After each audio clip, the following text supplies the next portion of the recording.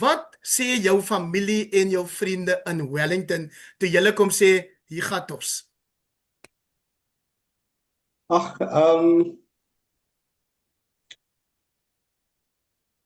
so Heinrich, ja, goed om jou te ontmoet en dankie vir dit. Ja, my familie is sterk agter ons. Hulle sien die current climate in Suid-Afrika en hulle is ook 100% seker dat ons 'n goeie skuif gedoen het vir ons kinders se toekoms. En ja, hulle mis die kinders en hulle is mos maar nou die oumas en die oupas gaan mos maar nou die kleinkinders mis. Maar hulle is sterk agter ons. Hulle stem saam dat dit 'n goeie besluit was. En hulle is actually happy om te sien ons is happy. En hoe beskryf jy daai current climate in South Africa? Ag, man, kan ek jou my storie vertel hoekom ons regtig besluit het om dit te doen? Ek het dit gehoor in die onderhoud met Colonel, maar jy's welkom om dit net kortliks weer te herhaal. Ja. So kom ek sê ek het groot geword. Ek is gebore op die plaas, maar ons het dorp toe getrek, so ek het groot geword in 'n informal settlement, soos in 'n plakkerskamp, né? En uit daardie omstandighede, toe ek Elvira ontmoet het ons besluit wanneer ons eendag getroud is en ons het kinders, gaan ons nie ons kinders in daardie omstandighede grootmaak nie, want dis dwelms en dis crime en alles slegte goed wat daar gebeur en goed. Ja. En ons wil nie ons kinders aan daai tipe lewe blootstel nie, né? En ons het ons kinders, ons het 'n huis gekoop in 'n predominantly wit gebied, wat tegnies die veiligste gebied in Wellington was. Nee? En ons het huis gekoop en toe 20 in Augustus maand ja 4 mans een nag in ons huis ingekom, 4 swart mans en ons gijslaer gehou en gedreig om my vrou te verkrag en hulle het alles van ons gevat, TV's, laptops, selfone en hulle is weg met ons kar. En tot vandag toe het ons nog niks weer van die polisie af gehoor nie. Maar my punt is, ons het getrek uit 'n gebied waar ons gedink het onveilig is vir ons kinders, na 'n gebied wat vir ons as veilig was. En in die veiligste gebied gebeur dit toe met ons. Ek verstaan. En ons het ons gevra, maar waar is ons dan veilig? En ons het tot vandag toe, soos ek sê, nog niks van die polisie afgehoor, wat verder gebeur het nie. So ons is pretty much seker die government kan ons nie help. Die law is nie aan ons kant nie.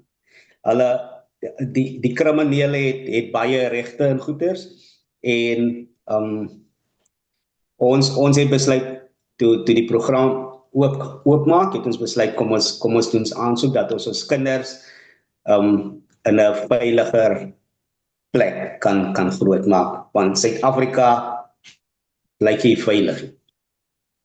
En so jy weet dat die in Suid-Afrika sê baie mense nee, maar daar's nie eintlik 'n goed genoeg rede vir Afrikaners om die land te verlaat as refugees nie. En hulle gaan seker sê daar's nog minder rede vir 'n colored broer om die land te verlaat. Wat sê jy dan vir hulle? Ja. My punt is Heinrich, daar's crime oral in ons land, né? Mense verloor daagliks hulle lewe. En dit het vir ons as Suid-Afrikaners normaal geword. Maar dit is nie normaal nie. Dit is nie normaal om in vrees te loop vir jou lewe. Jy kan nie eens winkel toe loop nie, want jy moet bang wees daar kom dalk 'n koel van iewers vandaan en dit tref jou of jou kinders. Jy kan nie, ons het net oorkant 'n parkie gebly. En ons kon nie, actually my kinders was te bang om parkie toe te gaan alleen. Want dis bad en hulle, soos ek sê, ons het getrek na 'n meer veiliger area. Maar selfs in daai environment was my kinders te bang om alleen parkie toe te gaan. So ons moes heeltyd by hulle wees en goed. Dit is vir my is dit net abnormaal om so te lewe. Ek is 'n Christen en Suid-Afrika ontneem my van my Christelike responsibilities of waardes. Kom ek noem vir jou 'n voorbeeld. Ek ry met my kar, my familie is in die kar. Ek sien nie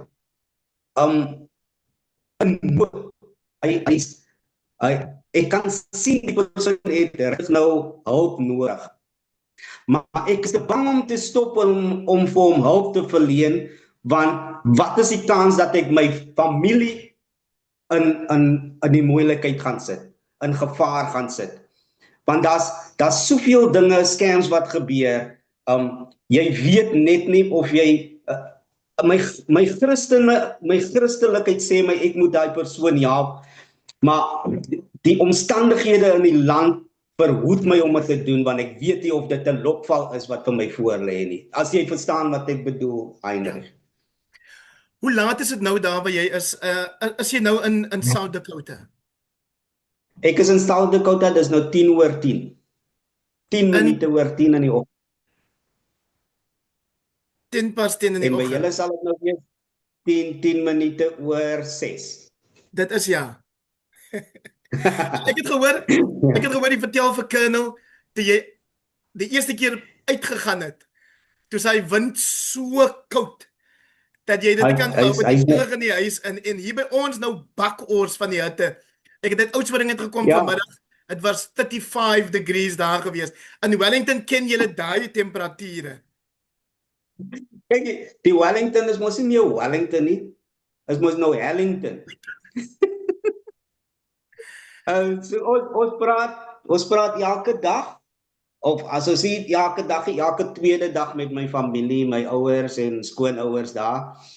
En as ons al met hulle praat, staan my pa Kaboeleef en my ma lê onder die ven. Is warm. So is die weer vir julle die grootste aanpassing? Ag, vir jou weer miskien ja. Kyk, ek is glad nie 'n koue mensie, maar ek is 'n adventurous mens. Ek likes van ek wil my surroundings ken. So ek trotseer hierdie koue, meneer, soos ek is super in die koue dan. As ek so 'n paar meter geloop het in die blok, dan kan ek voel hoe my lippe nam raak, want ek kan nie eens meer my mond wil nie lekker oopmaak, hy's te koud. Dit voel amper soos asof jy wanneer jy tande gaan trek, wanneer jy ingespuit het in jou lippe raak so lam. Dit voel dit voel min of meer so, ja. Vertel my van julle bure. Wat se mense bly daar saam met julle? So ons is in 'n apartment. Ons het nog niemand regtig ontmoet hier nie. Almal is maar half binne in huis. Alhoewel ons in die apartment is almal maar binne in huis, want dit mos nou warmer binne. So ons het nog niemand regtig ontmoet nie. Al die vriende wat ons nou ontmoet het is maar my vrou wat nou kennisse gemaak het op WhatsApp of Facebook en goeders. So daar is 'n paar in South Dakota, maar nie in Sioux Falls self nie. Die een familie het ons actually genooi vir 'n braaitjie die naweek. So ons sien uit daarna, maar dis meer daar in die noorde kant van Sioux Falls. So hier is 'n ry van. Ekskuus, so jy weet, as Suid-Afrikaners is ou altyd nuuskierig, as dit wit mense of swart mense of Meksikane of wat se nasie sê ons moet altyd is dit. Okay, dis wit mense, al ons vriende tot dusver is wit mense hier. Wat ons nou ontmoet het. By ons in die apartment daar's baie dis actually soos ek kan verstaan dit as van ons caseworker af is die stad, die plekkie waar ons nou bly is 80% refugees wat hier Dis bly. Sioux Falls, né? Sioux Falls, ja? Sioux, ja. En die kinders was nou al by die skool, nee, want met julle onderhoud met kinders het jy gesê hulle moet nog na die skool toe gaan. Ja, hulle Dinsdag actually skool begin. Die twee is heeltemal chuffed up. Hulle geniet dit. Hulle is in hulle element. Dis vir hulle lekker. Kyk, hulle kry breakfast en lunch by die skool. En hulle hoef nie 'n skooluniform aan te trek soos hierso nie. Nee, wat hulle het actually hulle snow gear en goeders gekry, hulle snow pants and stuff. Hulle is so chuffed up, ready for action. Ek is so bly vir my kinders. Absoluut. Is ongelooflik hoe lekker hulle aanpas. En hulle is nie meer bang nie. Ek sien dit aan hulle is nie meer bang nie. Hulle is net bang vir die koue, maar hulle is bang vir geen mens. Ek hoor julle praat Engels met hulle, en soos Colonel ook gesê het, die jou tong en Elvira se tong moet nog aanpas by die heeltydse Engels. Ja, nee, kyk ons sal nie Afrikaans om 'n prys gee nie. Ons doen ons Bybel en prayer sessions saans doen ons in die Afrikaanse Bybel. En ons praat in die huis ook Afrikaans. Hulle moet hulle Engels by die skool leer. Maar hierso. Is daar mense wat jou konfronteer met die politiek van president Trump? Nee, wat? Nee, almal respek mekaar. Maak nie saak van ons opinies. Ek bedoel eintlik van hier van die huis se kant af. O, van hier van yes, die enigste een met wie ek al 'n uitval gehad het, was met my neef. Maar hy het baie different opinions. En ek respect dit. Dis sy opinions en goeie. So ek weet net ons het 'n president hier in Amerika en 'n vice-president wat at least glo dat daar is 'n Here in die hemel wat in beheer is van dit alles. In Suid-Afrika het ons 'n klomp nee, kom ons sê nie dit nie, maar ja. Ek dink net as die kop gesond is, Heinrich, is die lyf gesond. As jy hoor wat ek bedoel. As jy gemaklik om vir my te sê wat jou neef se standpunt is, jy hoef nie sy naam te gee nie. Hy kyk te veel TV. Ek gaan nie noem. Ek gaan nie dit noem waaroor ons 'n verskil gehad het nie, maar ek dink nie hy's baie misinformed van wat regtig aangaan. As jy die regte nuuskanale sien, dan kom jy gou agter wat werklik in die wêreld besig is om te gebeur. Maar as jy die verkeerde nuuskanale volg, dan word amper gebrainwash in 'n sekere rigting en 'n sekere belief wat nie noodsaaklik die waarheid is in my opinie nie. So ek het baie goed daarself gekyk en as een ou wat ek baie volg en wat ek luister na en is Colonel Chris Wyatt. So jy het vir Colonel Chris Wyatt gesê jy wil Koes-sisters. Jy het gesê Koek-sisters, maar jy moet eintlik gesê Koes-sisters. Yes, is Koes-sisters, ja. En ek het sommer al gebak al. Lekker. Maar ek wil eintlik gevra sê maar. Nee, jy kan maar gaan. Ek wil eintlik gehoor het wat se ander kos mis julle of maak julle om julle te laat voel juis? Goeieste geligtig, die kos hier is beter. Dis al die kwaliteit van die produkte is beter. So ons het mango sap gekoop. Dis nou al ophal, maar ons het mango sap gekoop. En daai sap is so dik, dit lyk jy eet die mango van die boom af. Maar ek bedoel nou eintlik, die mense maak mos nie breedies daar nie. Nee, maar soos ons maak self nou ons is mos maar smoortjie. Inteendeel, toe ons die eerste keer in Walmart loop om te gaan koop, toe sien my seentjie sien toe nou die hoenderpootjies daar. Die runaways.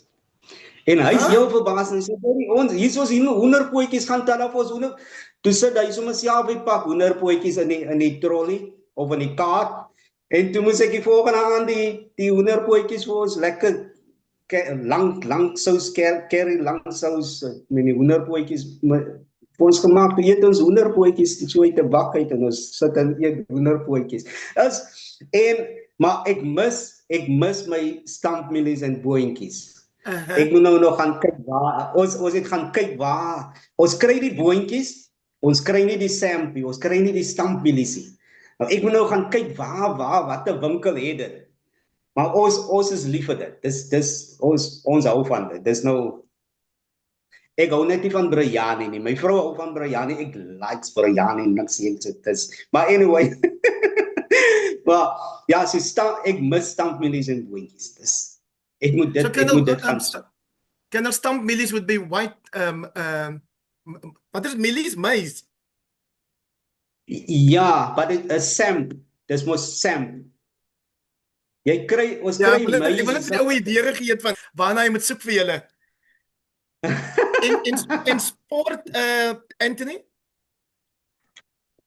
Wat is jou favorite sport? En wat kan jy nou sien of nie sien nie?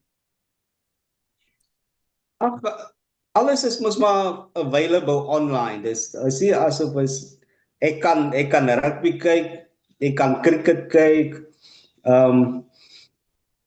Ek het actually in Suid-Afrika al begin bietjie baseball kyk en bietjie NFL, maar ja, ek is nie 'n groot sport hou nie. Laat ek dit so stel. Ek is nie so groot op sport nie.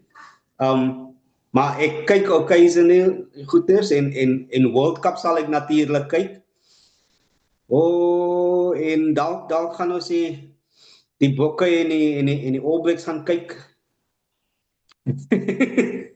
So ja, ek het nog 2 vrae. Wat was die moeilikste vraag in die interview proses? Die moeilikste vraag.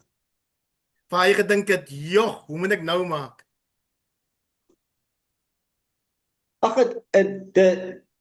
dit raak maar reël wanneer jy moet articulate hoekom jy voel jou lewe is in gevaar. So hulle wil weet wat is jou motief? Hoekom wil jy apply vir die program? Hoekom wil jy vlug uit die land uit? So ja, dit is maar die moeilikste een, want dan moet jy presies en truthful en vir hulle kan oortuig dat okay, hulle stem saam, dat jou lewe is in gevaar.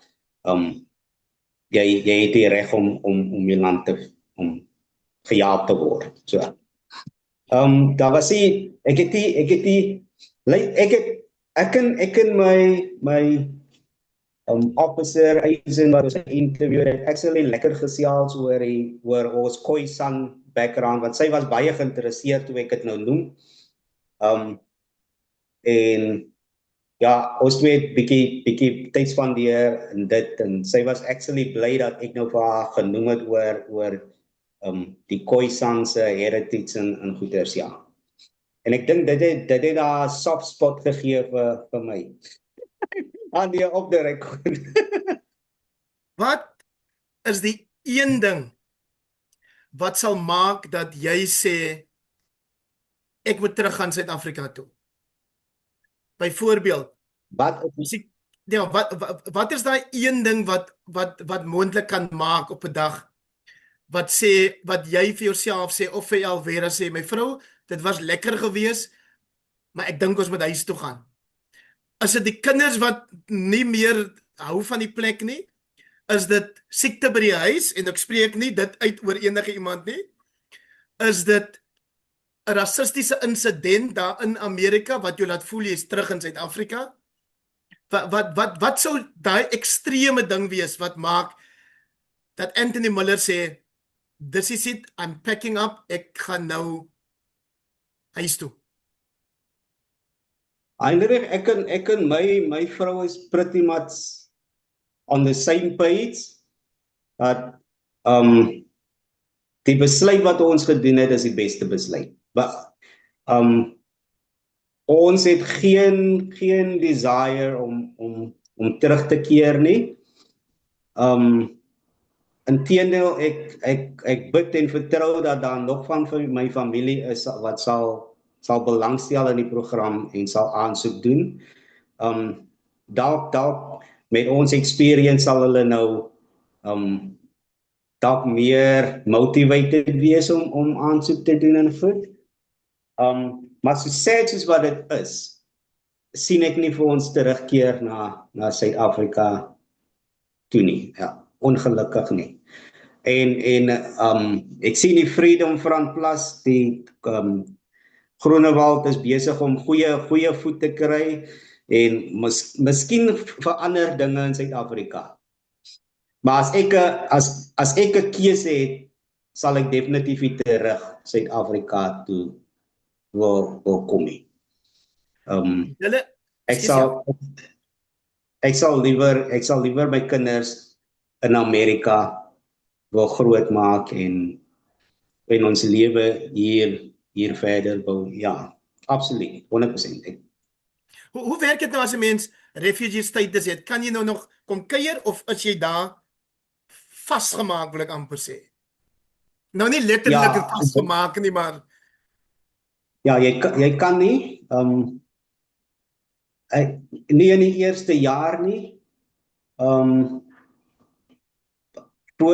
Ek dink ook as jy jou ek weet nie presies hoe dit werk nie, maar ek weet net as 'n refugee kan jy nie teruggaan nie. Ja. Nie dat ek sommer sal wil teruggaan nie. Ek sal liewer my ouers laat kom kuier hier en dan dat hulle Amerika kan explore en sien hoe beautiful en hoe vry dit hierso is. Maar teruggaan sal ek baie moeilik oorweeg.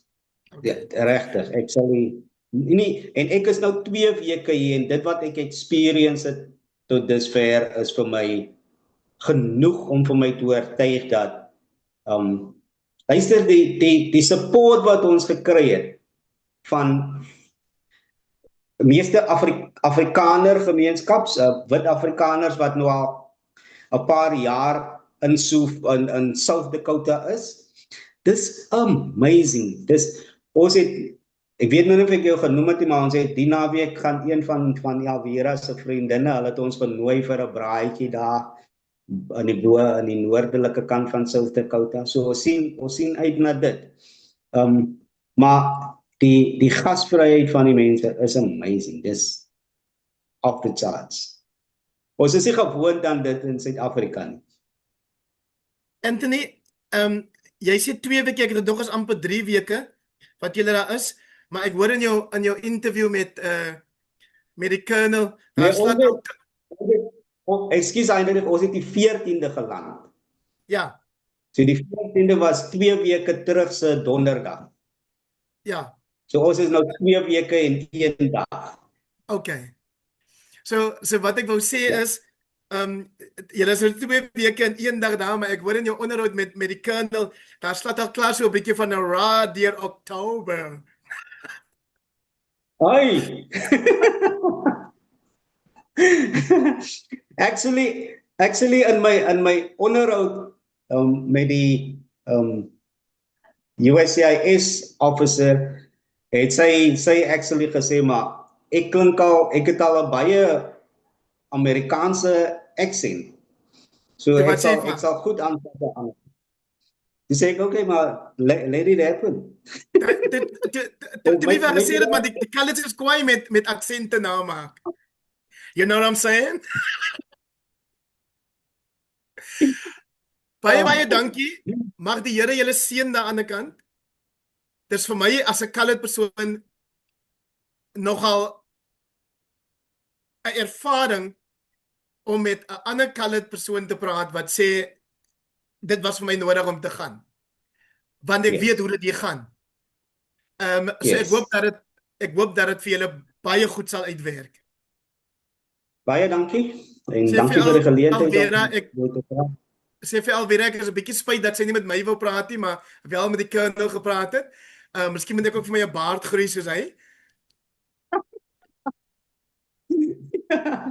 Ag, nee. Sy is maar baie kamera skie. Ek is nie veel beter nie. Maar ja, ek voel net dis goed om dit te doen. Sodat ons net die leuns bietjie kan breek daar buite dat dit is net vir wit mense, want soveel van Vera se vriendinne en vriende het haar al gekontak en gesê ons het dan gedink is net vir die wit mense, net vir wit mense. Dit is nie. Gaan lees op die US Embassy se website en dan gaan jy sien. Dis vir wit Suid-Afrikaners, maar ook vir minorities wat oppressed word of ontbreek die woord my nou. Racial minorities, ja. So jy het gesê jy wens meer van jou familie sal ook dieselfde skuif maak. Maar wat sê jy vir ander colored mense? Dieselfde ding is die geleentheid is daar. Hoekom wil jy in 'n plek bly waar jou lewe in gevaar is? Kyk van die kleerlinge aan die Kaapse vlaktes, jy kan nie eens jou kop in die deur uitsteek dan staan jy 'n kans dat 'n bullet deur jou whatever kom. Hoekom wil jy so lewe? Is dit die manier om te lewe? Is dit hoe mense jou kinders wil laat opgroei in gangsterism, in dwelms en drugs en stuff? Is dit die moeite werd? As jy sê jy is lief vir jou kinders, hoekom doen jy dit dan nie vir jou kinders nie?